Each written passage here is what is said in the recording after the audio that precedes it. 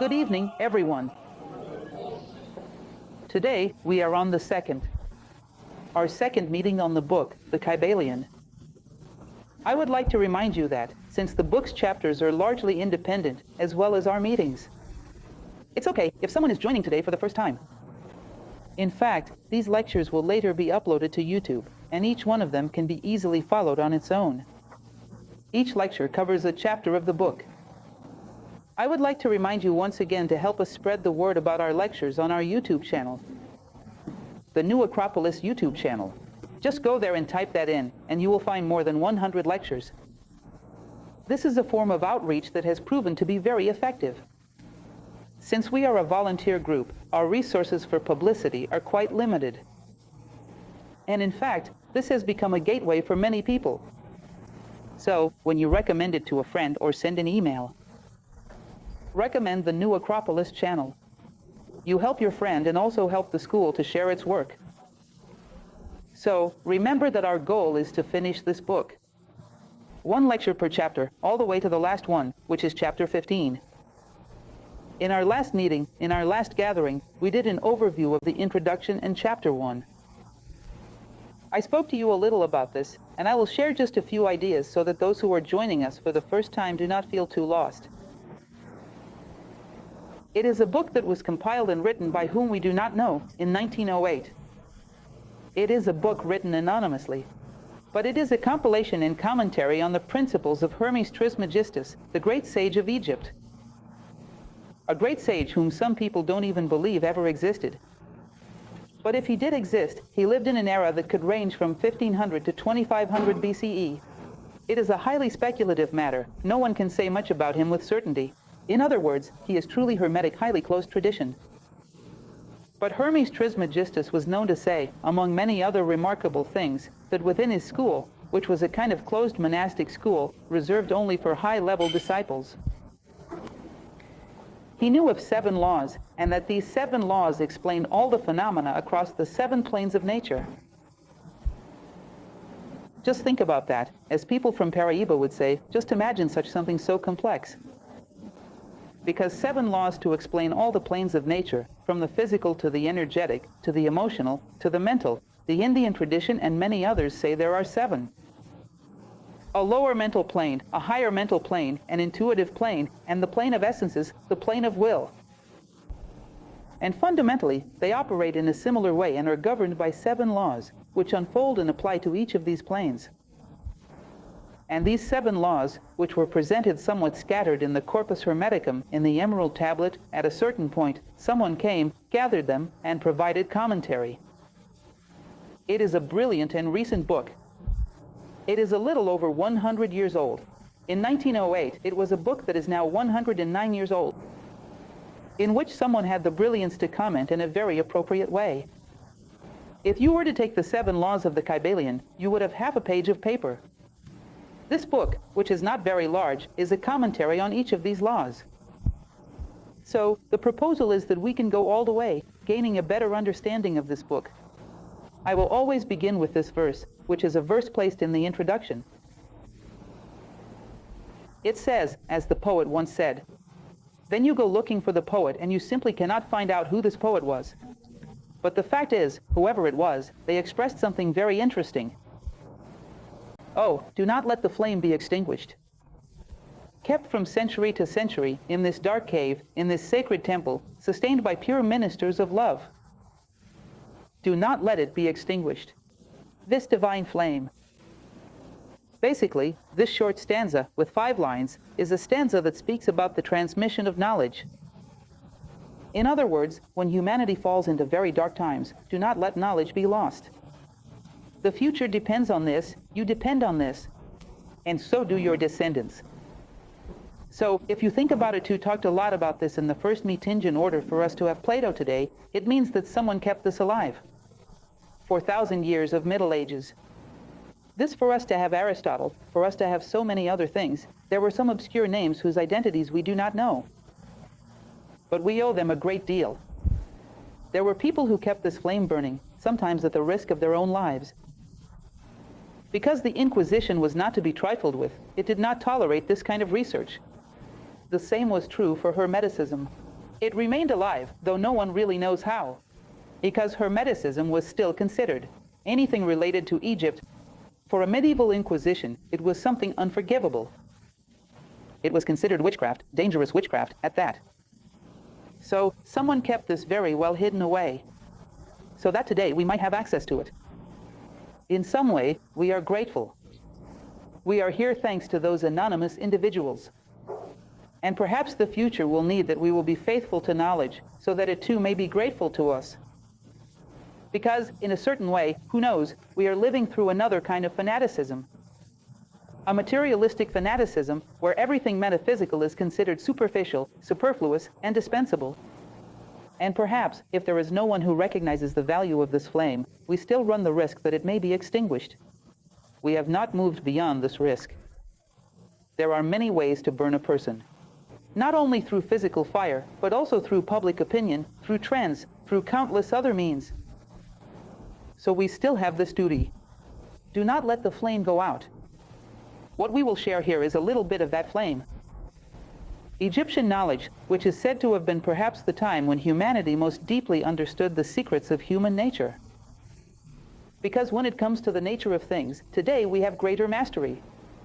But if we know the nature of things and do not know the nature of humanity, then humanity misuses those things. In that case, it might have been better if we did not have them at all. I always give this example. It is a simple example, but it conveys an interesting idea. If you are walking toward an abyss, it is better to go on foot. If you have a Porsche, you will get there faster. When you are heading toward the abyss, having a Porsche is not necessarily a good thing. So, things evolve, but humanity does not. The usefulness of this kind of evolution is quite questionable. So, let's continue. As I mentioned to you, just to recap, this book is truly worth keeping on your nightstand. It is really worthwhile. For anyone who is interested in one day venturing to read.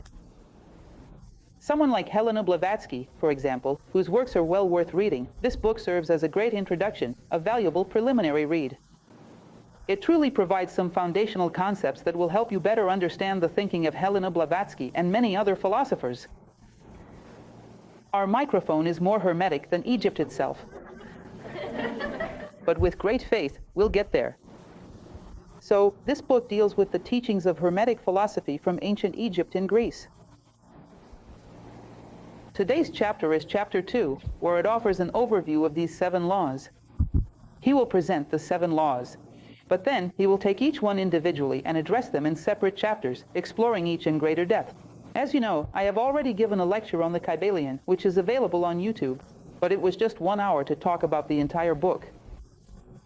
There were truly some things that were painful to leave out. There are certain books I really enjoy technique, studying, and I love engaging in doing summary. But there are certain books for which summarizing is painful. Whatever you cut out, you feel as if you are committing a sin. This is one of those books, so I was left with this idea. This book needs to be addressed again, piece by piece. That is what I am proposing to do here. But this first chapter, actually, this second chapter, is an overview of what will be explored in detail later. But, in any case, it is very important that we understand the idea. It is essential for us to approach this book with the mindset necessary to truly comprehend it. So, the Kybalion begins by stating the following. The principles of truth are 7. Whoever knows them perfectly holds the magic key, with which all the doors of the temple can be fully opened. I placed an Egyptian temple there, since we are talking about an Egyptian sage, but do not imagine that he is referring to a religious temple. Temple, which later gave rise to the Latin word templum, represented the manifested universe. They said that the universe is entirely capable of being made sacred, because it is sacred by its very nature. What is lacking is for human consciousness to recognize it. So, the quest, in truth, is to unlock the keys to life itself, not merely to a specific religious space. The 7 planes, as he mentioned there, the principles of truth are 7, and they open the 7 doors of the temple. As I was telling you, various traditions throughout history have considered the universe to be septenary. The universe, in all its planes, from an atom to a cluster of galaxies. It would have a physical plane, energetic, emotional, lower mental, higher mental, intuitive, and atmic, a principle of will, which is the plane of Plato's ideas. This is the highest plane. So, my friends, one thing that is important, fundamental for us to understand, is the word law. To delve into the Kybalion, I think it really is better for us to give up on our microphone, isn't it? To enter into the Kybalion, we need to understand what the word law truly means. Look, let me share something with you. When we practice philosophy, and I know some of you already do, philosophy is almost like learning to read and write in a new language, because our words have become so emptied of meaning. Almost everything we consider, for example, as justice, is actually a collection of social conventions. Very little of it reflects true justice. And as for love, that is an even more complicated word, one of the most misunderstood and misused. The word law also carries its own burdens, because it often seems like a code written by a particular nation to serve its own internal interests, which have nothing to do with those of another nation. We rarely see anything transcendent in the word law. And yet, you will see that certain civilizations regarded law as synonymous with God. These were two words that were very closely connected. India, for example, says that laws are the arm of God extended over the cosmos. It teaches that behind everything, there are laws. Plato speaks about this as well, and we will discuss it further ahead, that anything in your life that has succeeded or failed means that it either followed or transgressed a universal law. And you could see, through that event, the law that was either followed or broken. Because by understanding that law, you can apply it in any other context. In other words, the phenomena of the world are representations of particular cases of universal laws. Human beings do not invent laws. They should serve as bridges between heaven and earth. They should take a universal law and adapt it to a specific context, a space-time context. They should not invent laws. When they do, it often means they are creating conventions that go against the flow of life. We are weary of witnessing disastrous laws in various countries at different moments in history that are sometimes prejudiced, sometimes discriminatory, sometimes simply absurd. This means that humanity has created a social convention that puts humanity at odds with nature. Naturally, this will lead to accidents, to clashes. So, what? Hermes Trismegistus means when he speaks of laws, they are the skeleton of the universe. If you understand this, you will be able to comprehend much better the external anatomy of that same universe. If you have grasped the skeleton, what lies behind it? And every time something happens to you, you are able to discover which principle was at play there. It is a lesson from life that has been assimilated. If you are not able to grasp which principle was used or violated in that situation, it is a lesson that will have to be repeated. So, what he intends is to guide humanity through life, to see through life itself, to perceive what lies behind its backstage of life. And this skeleton of the universe is the manifestation of the One itself, what he calls the All, a manifestation of God himself. Therefore, to understand the laws of the universe is to understand God himself. And this gives you the ability to foresee the causes you will generate and the effects that will follow as a consequence. In other words, you move through the world with intelligence. Just as when you know the rules of a highway, you can move about intelligently and safely because you know what might appear. You know where you are going to arrive. We often move through the world as if blindfolded, without knowing its laws, and many times we cause accidents. These are the pains, a multitude of elements that often make us suffer. It means we run over the laws. So, this is the idea behind the 7 laws. As I mentioned to you, we will take a look at all of them in a very superficial way. Don't be upset if you don't fully understand, if it seems too fast. That is actually the intention. Today is just a menu of options. It is simply so you can see what comes next. But it is not possible, nor is it the purpose, to go into detail now. We will work with each one of them separately. The first law of Hermes Trismegistus is the principle of mentalism. All is mind, the universe is mental. The universe is a mental creation subject to laws. We live within the mind of the All. Take note, Plato, he spoke of something very similar. He referred to what we call the theory of ideas, that everything is born in the subtle plane and then comes into the concrete plane. We often talk a lot about this in our philosophy course. The carpenter who builds a table must first conceive it in his mind. There is no way for him to just stumble over the wood, arrange it randomly, and by chance end up with a table. That simply does not exist. Things are born on the mental plane and then move through the different planes. They pass through the emotional plane and become a desire. It passes through the energetic plane and becomes an action. It passes through the concrete plane and an object is born. That is how the table came into being. It makes this journey from the mental plane to the concrete plane. This is also how we talk, for example, about psychosomatic illnesses, which originate on the mental plane. They gradually make their way through all the planes and, before long, manifest on the physical plane. So much so that it is said that if man does not know what is behind illnesses, there is little point in merely curing them. Treating only the physical is just a temporary measure. That mental cause will simply manifest elsewhere. Traditional medicine, both in the East and the West, spoke about this. In some places, it is still discussed today. But notice carefully, Plato speaks of things by observing the journey from the mental plane to the concrete plane. What Hermes Trismegistus is saying goes far beyond that. Egypt is no trivial matter, because he is saying that these things do not go anywhere. Everything is mind. The rest is fantasy. All things exist within the mind of the Creator. The manifested universe is a play of light and shadows, a stage set within the mind of the Creator. All the planes that seem so dense to us are illusions. So much so that they come and go, they appear and cease to exist. The only explanation for things disappearing before our eyes, the way they do, is that they are not real. They are mental forms which follow laws in their flow, but they are mental forms.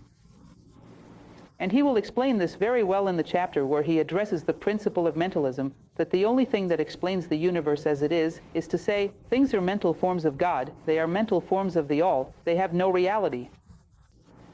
Even science today is beginning to encounter this. Well, but things seem to be fields of concentration. They are not exactly concrete things as we imagine, but rather energetic fields. It seems that nothing is as solid as we think. In a certain way, we are beginning to approach this idea that things are subtle creations and do not possess reality in the way we believe. Hence the perplexity that we always maintain in the face of death. The human being, no matter how much we study or reflect, it is truly astonishing that a person who stands before you with ideas, with dreams, with profound perceptions, suddenly, puff, is gone and nothing remains. Where did they go? Then you look around. Their house is still there. Their body is still there. Their car is still in the garage. But what about them? They are no longer here. So where are they? Death is something absurd from a logical point of view. And there is no way to explain that a person emerged simply from the combination of all these things. Because we are not able to do so. We cannot reproduce it. Thank you. So, he says, the only thing that explains the phenomena of the appearance and disappearance, for example, of human consciousness in the world, is the fact that this appearance is a mental form, not something real. He explains this very clearly and demonstrates it. The only thing we can do is to observe the law that manifests itself through these things. Because in doing so, we preserve its spirit, which is the very form we will lose. Even this one here. It is alone that, at a certain moment, we will have to return. If you grasp the law that is expressed through this, you have appropriated its essence, which will once again be reflected in the future. But the only real thing is the essence that lies behind all of this, which, at its core, is a law. But to believe that anything in the material world has importance in itself is an illusion. Because they are mental forms, just like the ones that pass through your mind. The only difference is that they last longer, because they are mental forms of the whole. And we will see the way he explains this. This is truly remarkable. He will demonstrate, through logical reasoning, that the material nature could not behave the way it does if it were truly real. It behaves as a mental form. That is why it appears and disappears before our eyes, leaving us astonished. The very phenomenon of time itself leaves us perplexed. Suddenly, you notice things that once seemed so real, a sense of identity you thought you had, and now it is gone, a face you once recognized in the mirror. And it is no longer there. Everything is so fleeting. Time takes things away in such a way that, if you do not have something that exists beyond time, you have nothing at all. It is curious, isn't it? Because sometimes we look at people we meet on the street or a college friend. Wow, how much they have aged. And they are thinking the same thing about us. We don't look in the mirror and realize that our own bodies are no longer the same. Everything has changed. So, who am I? Because if everything changes, what remains? Do you see that? So, we wake up and go to sleep with a mystery. As Helena Blavatsky used to say, which is the mystery of the identity of things, there must be something that remains. So, this principle of mentalism says that the entire manifested universe is a mental form. Within the mind of God, a stage within the mind of God. He gives the example of the glass, the cork, and the air. He says, imagine that the cork represents the human sight plane. The lower plane is mind and emotions. The glass is the physical body, and the air inside is the spirit. There comes a moment when the cork is removed and the air returns to its own plane, and all of this is destroyed. The psyche causes a part of your essence to become trapped, bound to this amount of matter. But it is a temporary phenomenon. That cork will eventually come out because it is not part of the glass. At some point, it will be pulled out then. And it will separate, and the glass will separate, and what will remain is the air. And it will go on to inhabit other glasses. But you are not this casing, this packaging. In fact, you will have to return it to its owner. This will return to its rightful owner, which is nature. And he also uses the example of tin. He says that tin is a very ductile metal. In other words, when it is exposed to heat, it becomes liquid. When it is exposed to cold, it solidifies. He says that our essence is like this. When it draws near to the spiritual plane, it becomes abstract, metaphysical. When it draws near to the material, it becomes dense. But in truth, this is only a fleeting appearance. So, this is the first principle. The most well-known, in fact, the principle of mentalism. The second is the principle of correspondence. Forgive me for the slight haste, but we need to go through all of them today. The principle of correspondence states the following. What is above is like what is below, and what is below is like what is above. In other words, God made man in his image and likeness. Image and likeness, he will emphasize this quite a lot. What is there? In the spiritual plane, it is analogous to what is in the mental plane, to what is in the emotional plane, to what is in the physical plane. It is not identical, it is analogous. It follows and obeys laws that are similar. They are practically the same across all planes. It is not identical. So, for example, compare it to the body. The mouth, at this level, at this height, is equivalent to the stomach at that level because it is a continuation of the digestive system.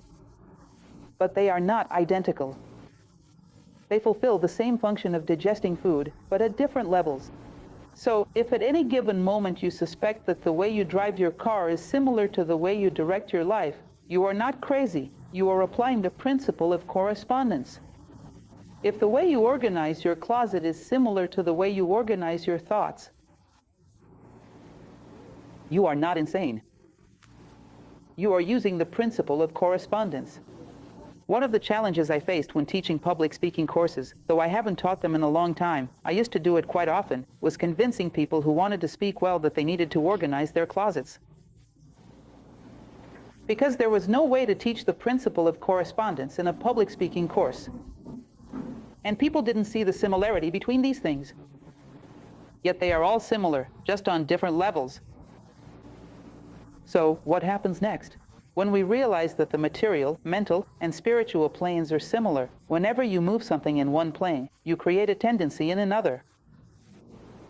So, when you see, for example, that the great schools of philosophy in the past placed great value on order and beauty, it was not because Plato was meticulous or overly fussy and just wanted an organized house.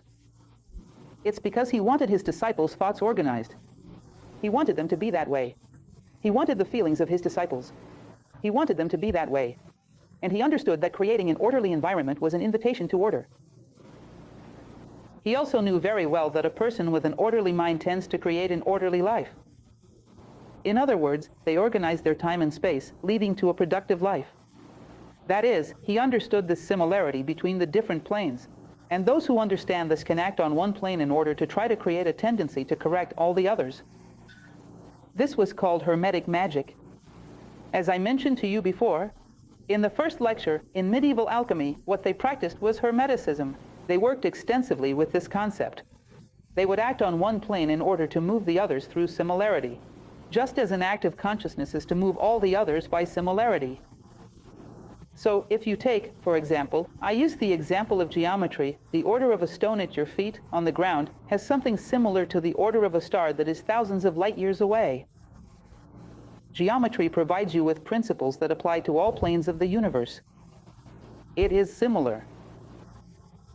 So what the Hermeticists sought was to understand laws that, when applied on one plane, could generate tendencies toward improvement in all the others. In other words, the principle of correspondence shows that the universe moves in an equivalent way across all planes. Therefore, it is very likely that a wise person leaves beauty wherever they go. There is a tendency for this to leave a space increasingly ordered, not in the sense of wealth, but of harmony. Because today, when we talk about order, we think of luxury and not of harmony.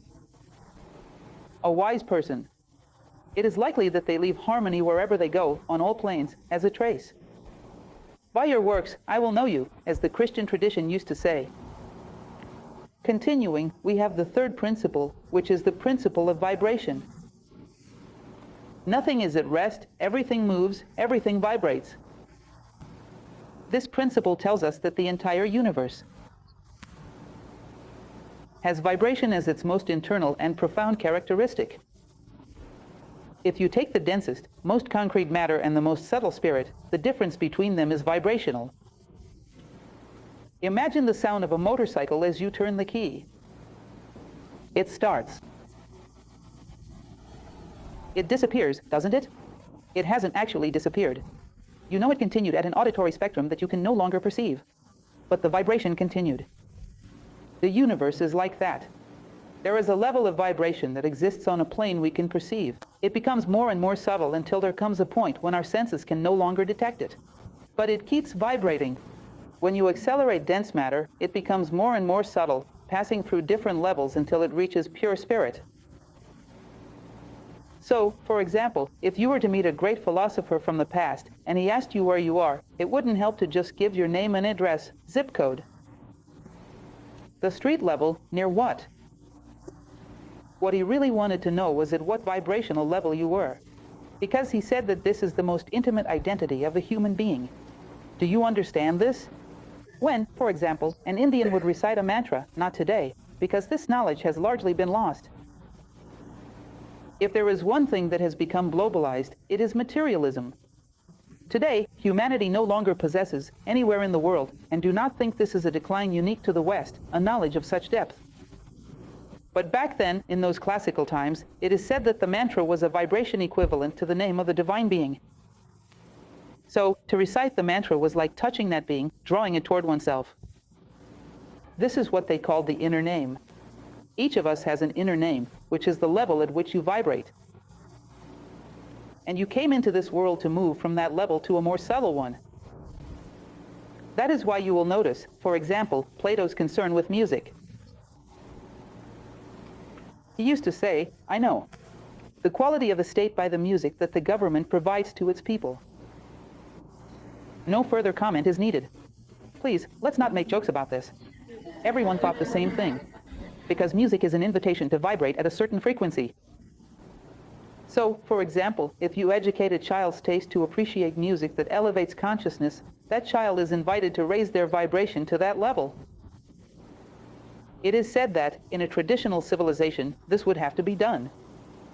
Sri Ram, who is a philosopher I have spoken about a lot recently with you all, we even formed a reading group for one of his books, used to say that evolution is nothing more than the refinement of taste. So, if you elevate your taste toward nobility and harmony, you are invited to raise your vibration to that level, creating affinity. Do not think it is insignificant. A vulgar and coarse taste does not go unpunished. At some point, your consciousness will resonate on that level, especially when relating to others.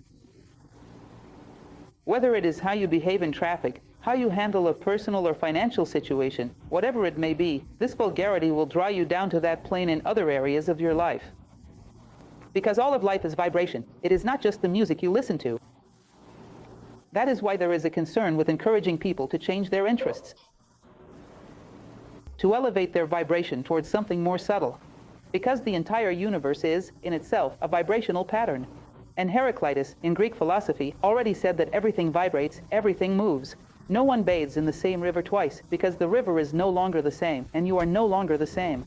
Everything is vibrating, and everything is seeking a higher degree of vibration. This is evolution. This is development. Development comes from the idea of unfolding. It refers to the Egyptian papyri, which were unrolled to reveal what was inside. We need to accelerate our vibration, to raise our vibration. It is like unrolling that papyrus scroll to discover what it contains, to see who we are, to uncover our true identity. So, to evolve is to accelerate. Identity is your vibrational address. Your identity is your vibrational address. Roger Scruton, a contemporary philosopher who is still alive today and very interesting, says that anyone concerned with the future of humanity should restore the value of art as an education for human consciousness. True art possesses this capacity. It is truly fascinating, especially music. It draws you into a much higher vibrational pattern and tends to elevate everything else along with it. That is why it would be interesting to use it with children. From an early age, this becomes a reality. Well, continuing on. The fourth principle, which is the principle of polarity, states the following in general terms, very generally. Later, we will make more practical applications of this in our lives. Everything is dual, everything has its poles, everything has its opposite. The equal and the unequal are the same. Opposites are identical in nature, but different in degree. Extremes touch each other. All truths are half-truths. All paradoxes can be reconciled. Simple, right? What does he truly mean by this? I put a thermometer there so you can understand. If I tell you it is 5 degrees, wow, that is cold. We never get that temperature here. It's unimaginable for us. It is 45 degrees. Wow, that's hot. Do you realize that this is a relative convention? Cold and hot are just variations of the same thing, which is temperature. And if I take someone from Iceland, maybe they would even find 5 degrees to be mild. So, where on the thermometer does cold begin and heat end? Can anyone tell me? There isn't one. It is an invention, a relative convention. Generally, it is compared to the temperature of our own bodies. But it doesn't really exist. They are simply variations of the same thing, which is temperature. And when the climate changes, winter can easily turn into summer. For example, as time goes by or when the climate shifts, sometimes summers are no longer as hot. In other words, these gradients of temperature can be converted into one another. He goes on to say that it is not just temperature. It is everything. For example, I cannot convert heat into softness. But I can convert softness into resistance or heat into cold. If you discover the true nature of things, you can change their polarity. You can take it to the other pole, which is what he is going to explain here. The dual universe. The poles are extremes of the same thing, without boundaries. Mental alchemy did not work with temperature, but do you know what it worked with? With mental forms, with emotions, with the human psyche. In other words, a feeling.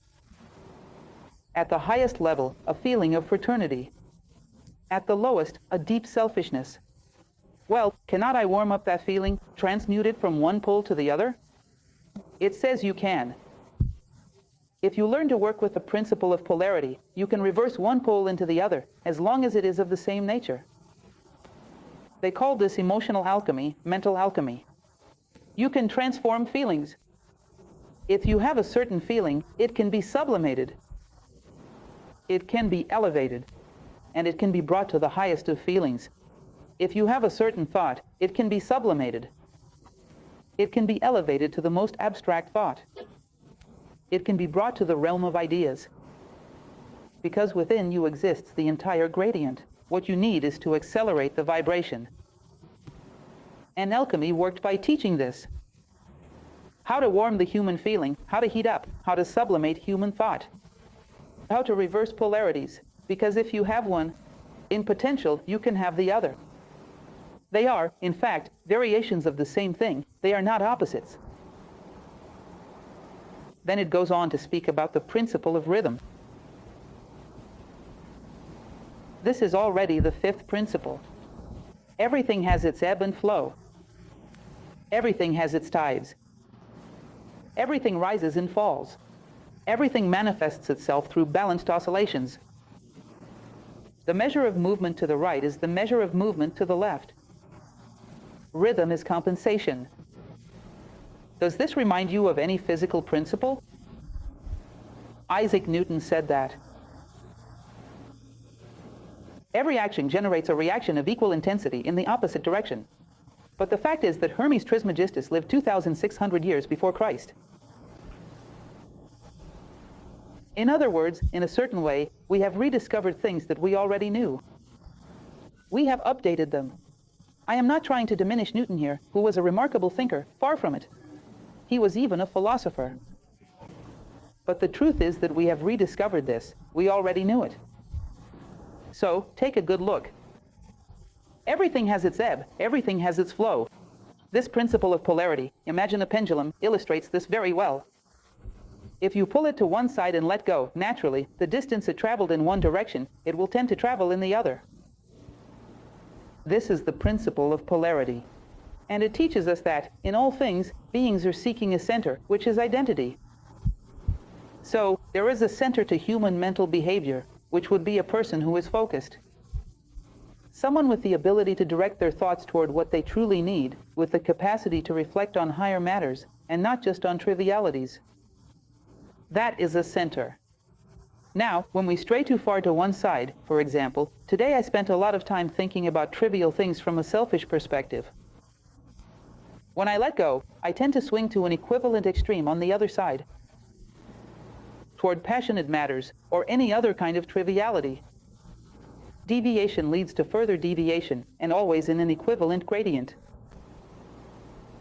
My grandmother used to say, and of course, I couldn't end a talk without mentioning my grandmother, that would be a cardinal sin against our ancestors. My grandmother used to say, a day of much laughter is the eve of little frowning. And I didn't understand when I was young. What did she mean by that? But it is true, a gradient of great euphoria. On one side, it generates a gradient of depression to the other. If you want to seek balance, know that all your excesses will demand an equivalent price. On the day after, the next day, a lot of drinking, a lot of hangover, a little drinking, a little hangover. Balance, which is the center, has nothing to do with these excesses. So, the idea is that humanity should seek the human center in all aspects of life. Emotional balance, elevated feelings, mental balance, noble thoughts, profound thoughts. A deep understanding of things requires us to avoid excesses. And how do we achieve this? He will explain when we reach that chapter about another principle, which is the principle of neutralization. Do you see this little square full of dots here on the screen? This is the Pythagorean decade, or the Tetractys of Pythagoras. You might say, what does this have to do with it? Pythagoras is Socratic, he is in Greece, but it is related. In fact, Greece was greatly influenced by Egypt, and there are 1,000 ways to interpret this example from Pythagoras. 1,000 ways, and one of them is through the Hermetic key. So, imagine two of those little dots at the bottom. Those two dots at the base represent two children fighting over a teddy bear. This example is a classic. I still haven't found a better one. Two children fighting over a teddy bear, and you want to resolve the conflict. What is the fundamental condition for you to resolve this conflict? That you do not desire the teddy bear. Because if you want the teddy bear, you will just be a third child fighting for it. You will increase the conflict, not resolve it. So, if you are on a higher level, Here, a point from another perspective, with different desires, with other aspirations, you are able to reconcile the conflict between those children. You will approach them and say, look, one of you can play now, the other can play in a little while, lend it to each other, share, and you are able to bring harmony, because you have no desire for it. Now, you have risen to a level where you have neutralized the duality down here. But this new level of yours will have another kind of duality. So, I am an adult who no longer desires the teddy bear, but my neighbor bought a much newer car than mine. Or something equivalent, perhaps they have a very good position. In other words, a duality is established at my level, and I will feel jealous of my neighbor. Then, I don't know, someone with a bit more sense comes along and tells me, look, your life is not defined by the position you hold, you meet other things. This person is on another level, has neutralized this one, if I actually listen, right? If I listen, they might help me neutralize it, someone wiser than I am.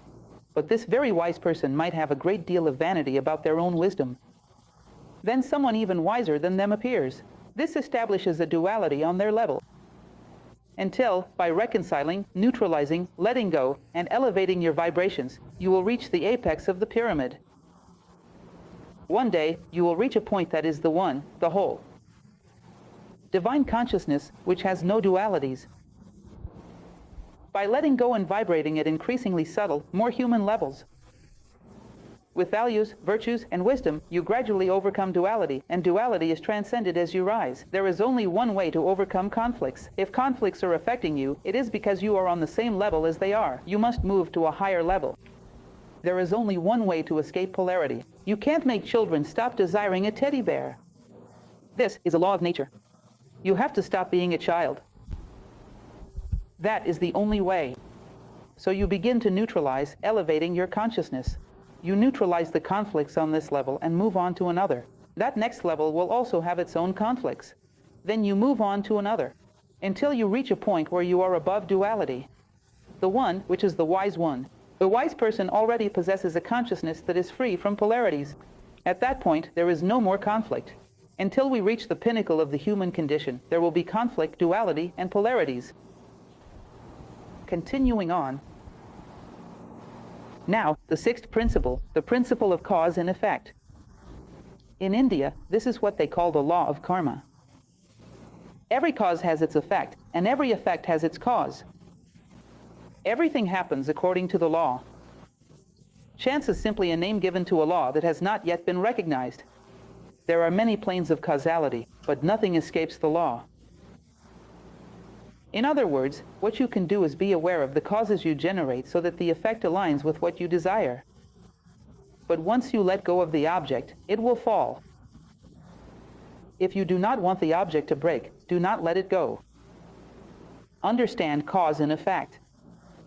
And work with causes, generally on more subtle planes, whose effects are more favorable to you. But do not think that you can outsmart the law of cause and effect.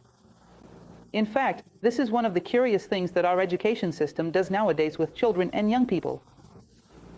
Without generating any cause, without any merit, they believe they are entitled to all the privileges they desire. And do you know what happens then? They do not understand the law of cause and effect. And they believe that their whole lives they will be treated this way, without generating any cause. They think they will have the right to all the effects, because someone paid their karmic debt for them at a certain moment and disrupted the law of nature. So what will happen then? They will experience the effects of their own laziness, their own inertia, their own weakness, and not the outcomes they would wish for. This creates imbalances that, sometimes, are never recovered throughout a lifetime. To educate is to integrate the human being into the laws of nature. And sometimes, out of a love that is misunderstood or lived in a misguided way, we end up misaligning our children and our youth with the laws of nature. So, this is the principle of causality. It tells us that there is no such thing as chance. Everything has a cause. What may happen is that you do not recognize it. But one of the fundamental elements of life is to connect the threads of your life, to know at what moment you created the cause whose effect you are experiencing now. Because in doing so, you justify your past. You give meaning to time. When you remember the moment in which you created the need for the experience you are living now, you connect both ends. He will say that the higher planes govern the lower ones. The masses are finely shaped by circumstances. But the wise, from above, master genius, character, heredity, and culture. So, there are causes and effects on a very physical level. If you combine the principle of cause and effect with the principle of neutrality, you escape the cause and effect of this plane. Moving on to a higher plane. So, I am a person who loves fraternity. This will help me overcome, for example, my stubbornness. But I am a Capricorn, and Capricorns are known to be stubborn. But Capricorn exists only on the physical plane, and my idealism exists on the mental and emotional planes. It asserts itself over that. With or without stubbornness, I will do what I believe is good for others. Do you see? Because I have worked with causality on another plane. So, he says that when a person is very unconscious, they become like a billiard ball, a pawn in the hands of the causalities of the physical plane. So, he becomes a product of his circumstances. But if he understands that causality can also be refined, he begins to work with causalities from other planes. Then, I act out of a sense of duty fulfilled, and I will experience an effect, which is the feeling of having fulfilled my duty. I act out of fraternity, and I will experience an effect, which is being at peace with my conscience, but these are causes and effects on other planes. I will not be like my family, because I have inherited certain traits. Actually, I would be careful. Because in our current historical moment, there is almost an obsession with analyzing personality. I suspect that this is to shift the blame onto someone else. So, I couldn't possibly be better than I am, because there are 10 generations in my family who have acted this way. It is the problem of those 10 generations. I will act this way too. I couldn't possibly be better than I am, because my temperament is phlegmatic. Look, Galen, forgive me, but he can take his phlegm somewhere else, because I want to act this way. I know these causes. Remember that, in ancient astrology, it was said that the stars influence human beings, but do not determine them. That human beings are endowed with willpower, and if he chooses to neutralize these influences for a higher purpose, these things do not determine his path. He feels these forces pushing him here and there, but they do not drag him alone. Professor George Angel Livraga used to say that the difference between a piece of wood floating in a river and a boat made from that same wood is that the latter has oars and can sail against the current. Professor George Angel Livraga, for those who may not know, was the founder of New Acropolis. And he used to say that these oars represent human will. So, there are all these determining factors. Character, heredity. Then someone comes and says, with the parents I had, I couldn't have turned out any better. Oh, really? And then you just put on a neutral face. Because sometimes their sibling turns out better. They have the same father and the same mother. So, this is the causality of the physical plane. You submit to it if you choose. You can neutralize it. Principle of gender. Seventh principle.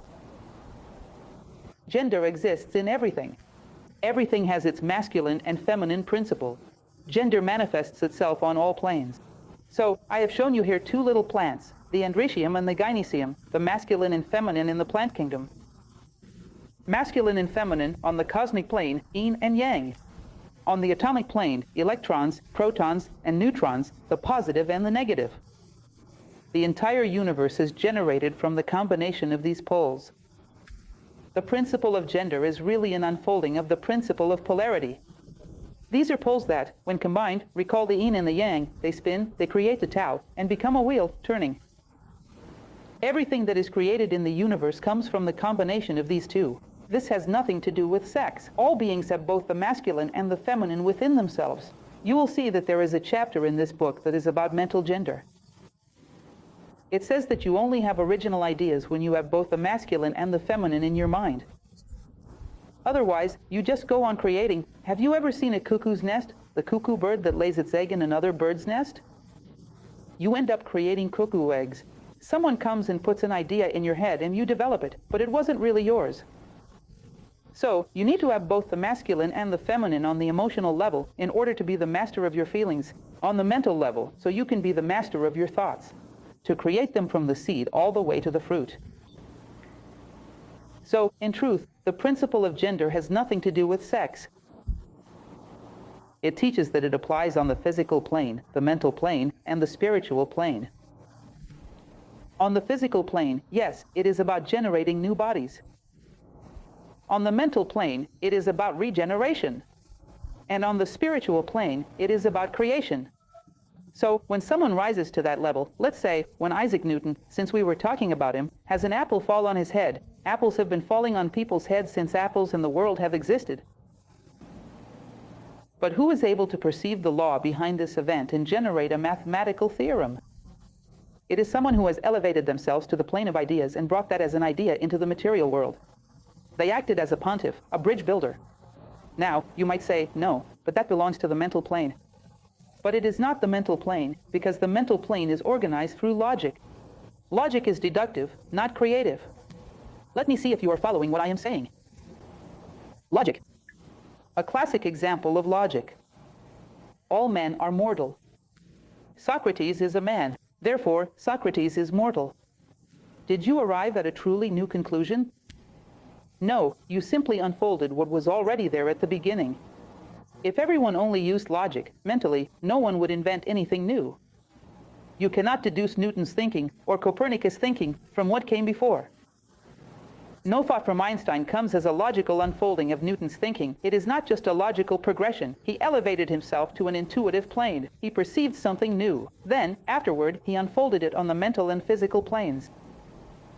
So, if you do not have the ability to elevate your consciousness to this plane of ideas, this spiritual plane, nothing new is ever created. The great inventors, whether in the artistic or scientific fields, or any other area, had access, had intuition, they saw something beyond the mind. Afterward, the mind would explain it to the world. So, the spirit creates, the mind regenerates, and the physical body generates. In any case, the universe moves when there is a combination of these two poles. On all levels, there is a need for a seed, and then the creation and development of life around that seed. The necessity of both the masculine and feminine poles, on all levels. No creation occurs without it. He will say, be careful, because this Egyptian principle is often interpreted today as a sexual principle.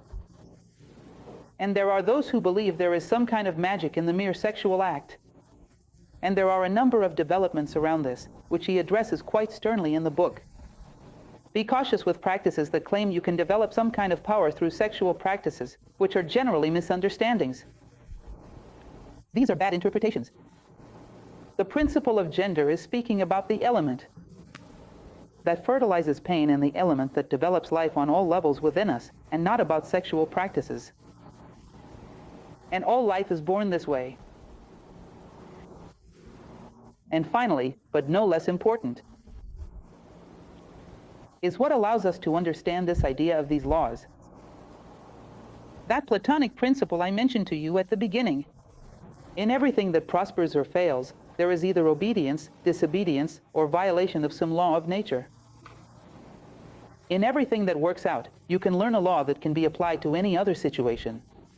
And in everything that fails as well. I brought you a quote which comes from medieval alchemy. The alchemists, who were actually Hermeticists, studied the knowledge of Hermes Trismegistus. They did not want to turn lead into gold. They wanted to transform the ignorant man into a wise man, the man of lead into the man of gold.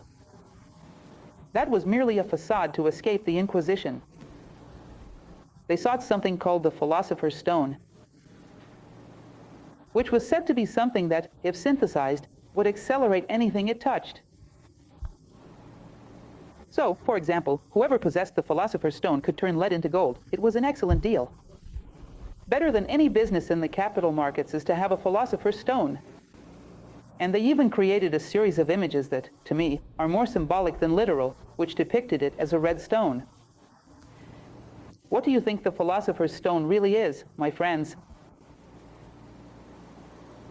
The philosopher's stone is philosophy itself, the love of wisdom, the pursuit of universal laws.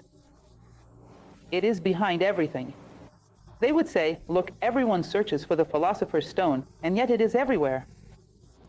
You walk past it on the sidewalks, children play with it in the streets, and yet no one sees it. What is the philosopher's stone? It is that which, when it touches things, helps them to progress and to develop. These are the laws that you can perceive through anything. And once you perceive a law, you can apply it to any other realm. I have brought you some examples. A philosopher naturally seeks out these laws. It is in the nature of philosophy. You may recall that phrase from the Confucian tradition, which says that the ordinary person talks about people. The average person talks about things. The superior person talks about ideas. A philosophical necessity is to seek out ideas, the laws, the truth behind things that seem arbitrary. It is to remove the arbitrariness from life and to find meaning in the things we experience. This is the thirst to find the meaning of life. This is the thirst for wisdom. This is philosophy. So, you see a child playing in the street with a soapbox cart, or any toy with wheels, because nowadays soapbox carts are no longer used. They are very out of fashion. You can look at that and see the wheel, that cart spinning, and realize why a wheel is such an efficient way to move around. Perhaps the greatest invention of humankind, after fire, after discovering how to produce fire, is the wheel. Why is the wheel so efficient? Because all the points on a circumference are equidistant from the center. That is the geometric definition of a circumference. So, it has a lot of speed. Imagine if I had a center of principles, of values, and all the points in my life were at the same distance from it. In other words, I am just. I am just at my job. I am just in my relationships, with my wife, with my husband, with my child. I am just in traffic. I am just everywhere. All the elements of my life are at the same distance from this principle. None of them is farther away or closer. I do not treat different areas of my life in different ways. Everything revolves around the spiritual center. If I were like this, wouldn't my life flow more smoothly? Isn't my life stuck because it isn't like a wheel? There are things I handle better and others worse. If you take this lesson from the boy's soapbox cart, that simple cart might have helped you become a person who is a bit more harmonious, a bit more human. If you look at this example of the chair, I find it interesting, because any object that is truly efficient follows a certain law. A chair has 4 legs, which represent stability and balance. And on top, a shell-like seat, which is generosity, the receptiveness to welcome those who are tired. Well, if it is such an efficient object, it means that combining balance with generosity is something that truly works. If I applied this in my own life, wouldn't it work as well? If I were a balanced and generous person, couldn't I also help many others? Just as the chair does? Offering a moment of rest to many? If you look at a chair and see the laws that manifested and made it successful, you can walk away from that a better human being. Because of the chair, for the chair itself will eventually cease to exist, but the law that created it will not. The most effective method for moving from one level to another, the staircase. What is the staircase? It is the drive, the determination, and the harmonization. Isn't that so? I push myself forward and then harmonize with that new level I have reached. And what if I were a person who had determination and, at the same time, was harmonious? Wouldn't I also be able to move from one level to another?